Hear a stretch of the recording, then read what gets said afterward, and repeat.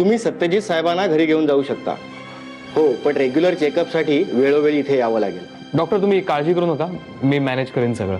आणखीन एक म्हणजे फिजिओथेरपीची सेशन्स आपल्याला लवकरात लवकर चालू करायला हवीत. आमच्या डॉक्टर मधुरा पाठारे त्यांची अपॉइंटमेंट घ्या. त्या घरी येऊन तुम्हाला सगळे एक्सरसाइज सांगतील. पण आणखीन काही काळजी? काळजी म्हणजे मी तुम्हाला आधीच सांगितलंय, ही लढाई शरीरापेक्षा मनाची जास्त आहे. त्यामुळे मनाला उभारी येईल असं वातावरण त्यांच्या आजूबाजूला ठेवायला हवं. त्यांना आधी भेटलेले डॉक्टर परांजपे, हो, त्यांच्याशी माझं बोलणं झालंय. आय एम शुअर त्यांच्याशी बोलल्यावर सत्यजित साहेबांना नक्की बरं वाटेल. Let's hope for the best. Yes.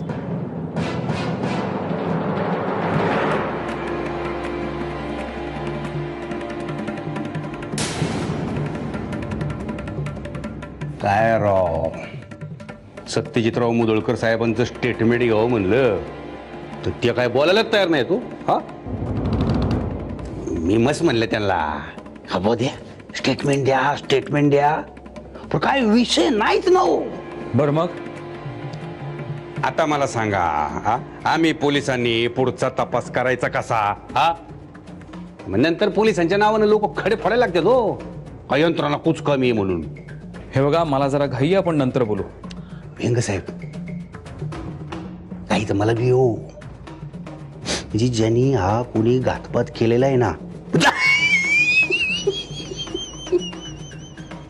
म्हणजे मुळात घातपाताचा विषय असेल तरची गोष्ट आहे, त्याला पकडून तोडवून आत टाकायची घाई तर मला बी आहे. ते सत्यजितराव मुदोळकर साहेब काय बोलायला तयार नाहीत ना हो. एकदा बरं का, एकदा त्यांनी नुसतं तोंड उघडू द्या, मग बघा हा संताजी गंगाराम जानबोर काय चीज आहे. झालं तुमचं? येतो मी. नाही, मी काय म्हणतो, स्टेटमेंट नसं नाही का जाईना, पण तुमचा कुणाव काय संशय, म्हणजे कुणाव डाऊट खाताय का तुम्ही? बोला. हा बोला बोला. जानबोर, हा, ज्या गावच्या बोरी त्याच गावच्या बाभळी, बरं का? हा, पण आता याच्यात काय घात घडून आणायचा होता ते तुम्हाला बी माहीत आणि मला बी. तेव्हा विषय असा आहे, संताजी जानभोर, की तिथपर्यंत तुमचे हात पोचेपर्यंत एवढे जड झालेले असतात का त्याच्या पायावर लोळायला लागते तुम्ही. जाऊ द्या, विषय सोडा. कशाला उगाच खेळ करता करता स्वतःचाच खेळ खंडोबा करताय काय?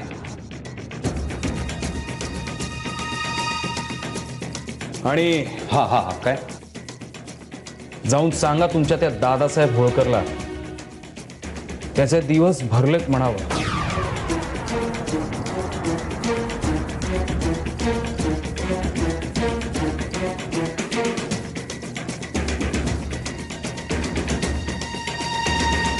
यावा तांबडे बाबा, तूच वाचव रे बाबा.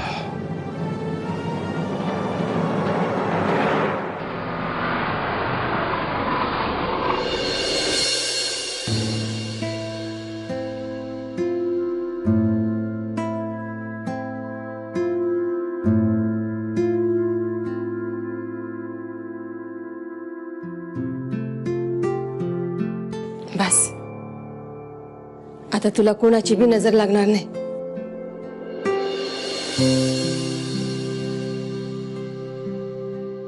आता तू फक्त आराम करायचा काय. आणि वहिनी, मी आता रोज याची अशीच नजर काढणार, म्हणजे कुणाची बी वाईट नजर याच्यावर पडणार नाही. माझ्या मायेचा ग. सत्यजित, अरे आता घरी आलायस तुझ्या, आता तरी हसू दिसू दे चेहऱ्यावर.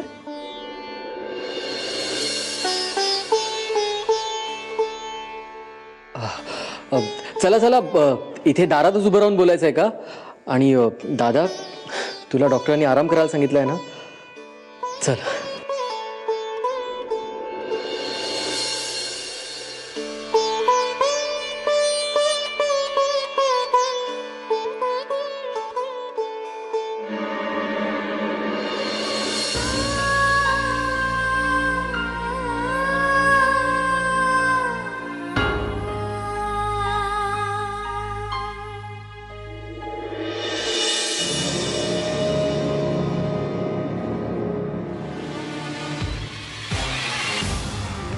ते काय फोनवर एवढी काळजी करत होतीस तर दादा आला तसा भेटून ये.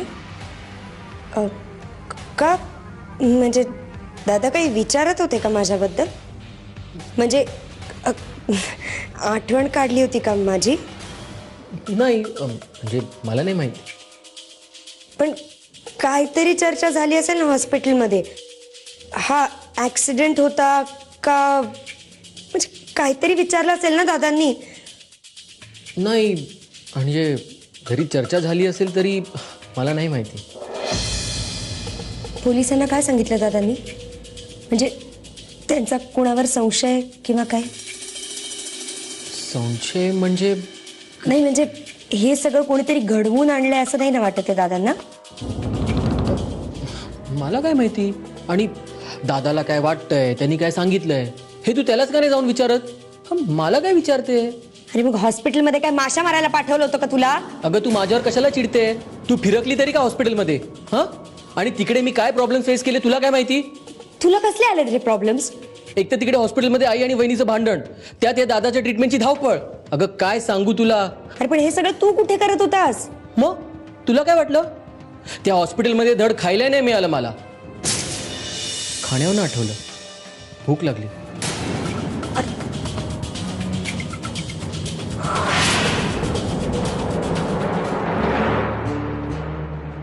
प्रिया, प्रिया कसे थे? आता बरं आहे. औषधांमुळे थोडी ग्लानी आली. आत्ताच झोप लागली. बरं मी बसते त्यांच्याजवळ थोडा वेळ. प्रिया, हॉस्पिटलमधून येतानाच मी तुला सांगितलं होतं, काही चेहरे सत्यजितच्या समोर अजिबात येता कामा नयेत. हो मावशी, पण मी इतकं सांगून सुद्धा तू इथे असताना ही मुलगी त्याच्या रूम मध्ये कशी जातीये?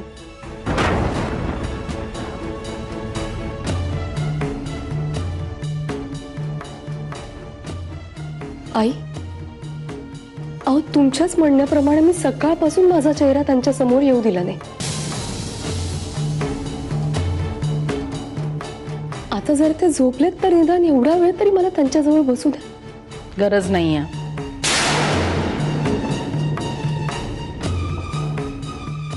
ही मुलगी त्याच्या रूम मध्ये थांबल्यावर सत्यजित काय लवकर बरा होणार नाहीये. मावशी मावशी हे बघ, मी बघते काय ते. तू जा, आराम कर.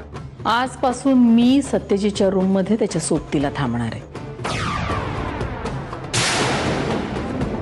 मगाशीच मी मीराला माझ्या झोपण्याची व्यवस्था त्याच्या रूम मध्ये करायला सांगितली. अहो पण मग मी काय करू? खरं तर तू या घरातून कायमची निघून गेलीस ना, तर मला जास्त बरं वाटेल.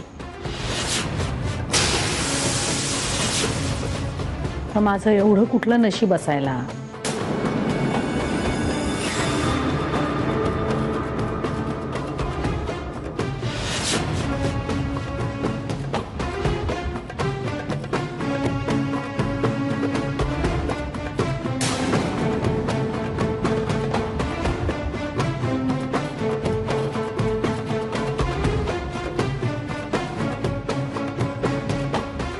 मंजिरी,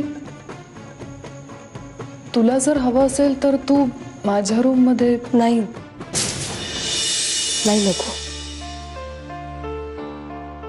या घरात मला काय स्थान आहे ना हे खूप चांगलं कळलंय मला.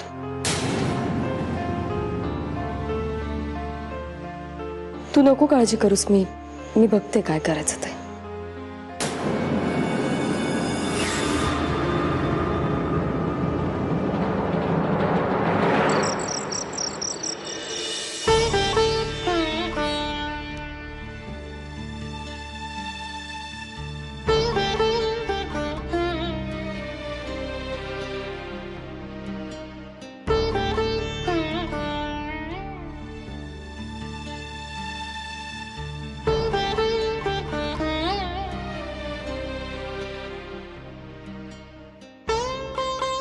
आउट. चालती हो.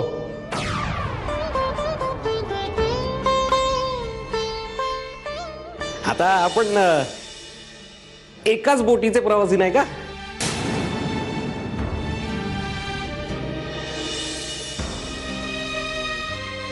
चालती हो इथून तो तोड नाही बघायचंय मला. दात पडलेल्या वाघाने कितीही डरकाय फोडल्या तरी तो काही करू शकत नाही.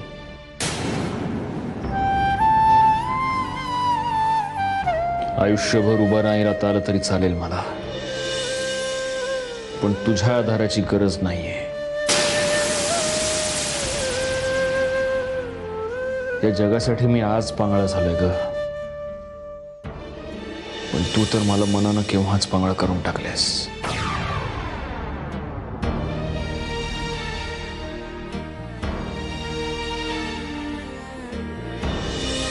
अरे इतकी लाचार अवस्था झाली ना तुझी की इथे आता तुझ्या समोर तुझ्या बायकोला मंजिरीला मी मिठी मारेल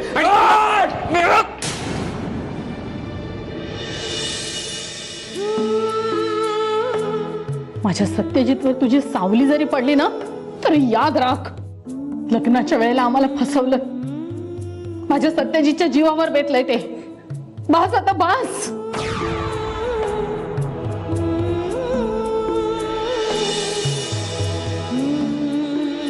सत्यजितराव, तुम्ही कितीही फुदकलात ना तरी तुमचा शेवट हा असाच होणार आहे.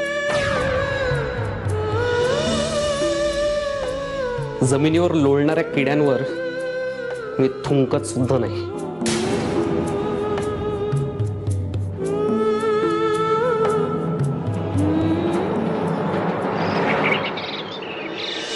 काय जानवर घ्या. अलीकडे आमच्याकडं तुमची पायधूळ धडत नाही तुम्ही. त्यात तुम्ही आज आलात. आज आम्ही एकदम हॅप्पी, एकदम हॅप्पी. ते पी मिल्क स्वीट हॅव. चांगले चांगले चांगलं आहे ना. सांगा ना काही हाल हवाल आमच्या जिवलग दोस्ताचे.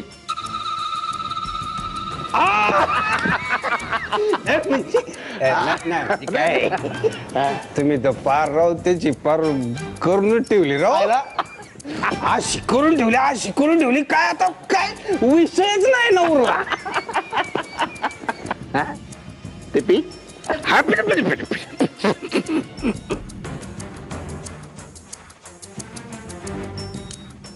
आज आहे ना असा बाणगुळ होऊन पडलाय.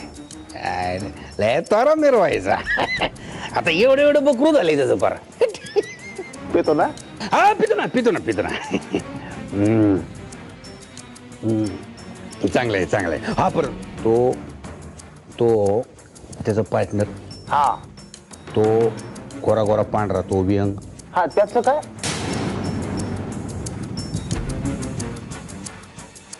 त्याचा जरा लईच वेगळा विषय बर का. असं म्हणलं तो. म्हणता त्याचे दिवस भरले, उलटे आकडे मोजायला सांग त्याला, असं म्हणलं तो पांढरा. असं म्हणलं तो. असं उलटे आकडे मला. तो मला असं म्हणल्यावर तू त्याला काय म्हणला, म्हणजे तू ऐकून घेतलं का बोलला काय उलटा. नाही मी नाही ऐकून घेतलं. मी लगे आवाज चढवला.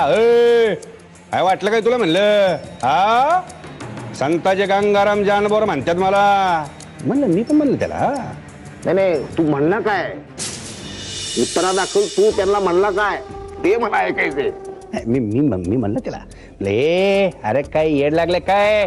हा दादाच्या पाठीमाग मी उभा असताना धमकी द्यायचा विषयच काय.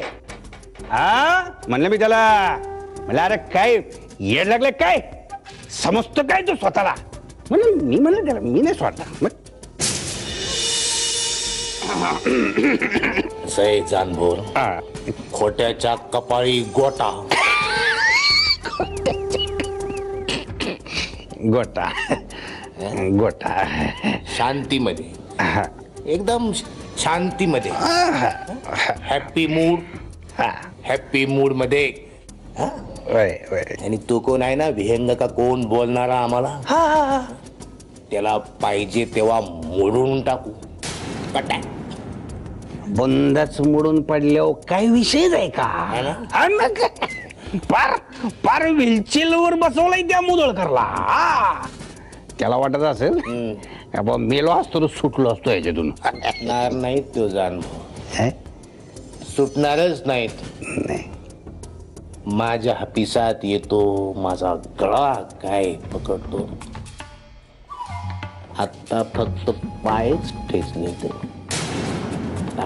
गळा मोडून टाकला असा लोळा गोळा झाला पाहिजे त्या पायाशी पडला पाहिजे तुम्हारी शरण में तांबड़े बाबा मेरे बाबा तांबड़े बाबा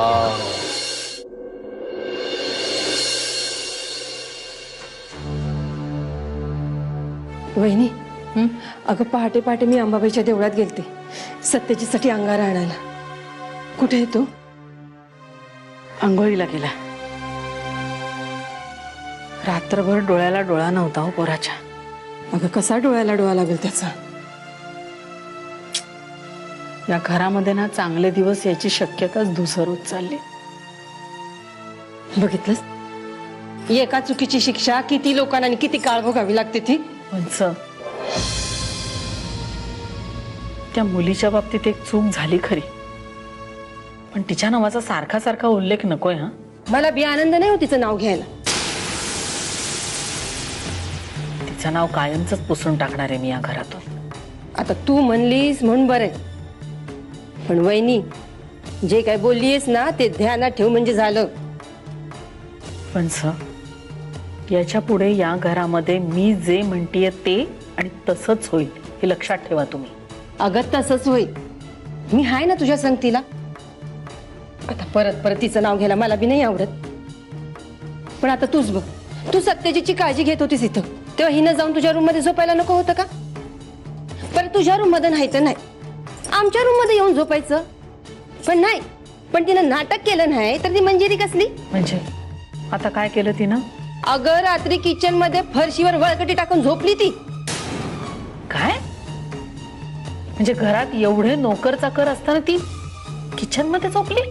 नाहीतर काय. काय नाही ग नाटक नुसतं. आता ती वळकटीवर झोपली म्हणल्यावर सत्यजितला तिच्याबद्दल कळवळ वाटणार हे तिला ठाव आहे. आणि आपला सत्यजित एकदम साधा भोळा बघ. नाहीतर काय त्याच्या साधे भोळेपणाचाच फायदा घेत आली ती. काय करायचं या मुलीचं मला कळेनासं झालंय. वंच अवघड जागेचं दुखणं होऊन बसले दुसरं काय. बहिणी अवघड जागेच्या दुखण्यावर येळीच इलाज केला नाही ना तर ते जास्त अवघड होऊन बसते. नाही असं नाही होणार. वंच तुम्ही थांबा. सत्यजित बाहेर आलं की त्याला आई अंबेचा अंगारा लावा. मी आलेच.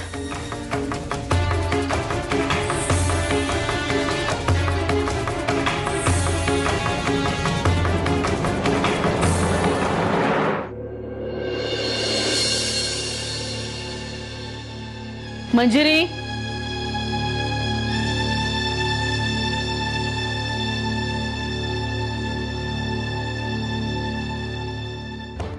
काय दाखवून द्यायचं असतं का तुला?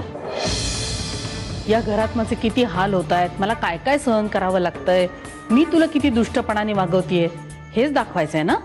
अहो असं काय बोलताय आई? असं काही दाखवून द्यायचं नाहीये मला. हो मग किचन मध्ये झोपायचं काय कारण आहे? कसं दुःखाचं प्रदर्शन मांडलंयस तू? मी कुठल्याही दुःखाचं प्रदर्शन नाही मांडते आई. मग घरातल्या नोकरांसमोर तमाशा करायची काय गरज होती तुला?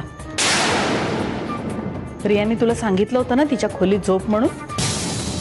मग आई माझी हक्काची जागा मला सोडायला लागल्यानंतर मी कुठे जायचं हा प्रश्न माझा आहे.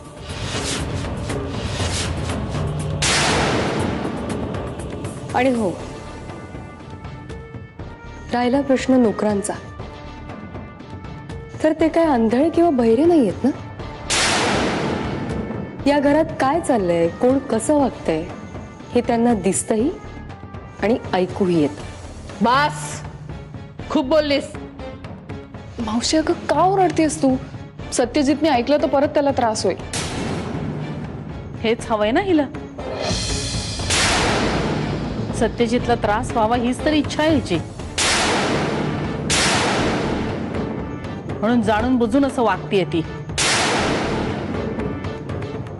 पण आता सत्यजितची काळजी घ्यायला मी स्वतः आहे. मी बघतेच.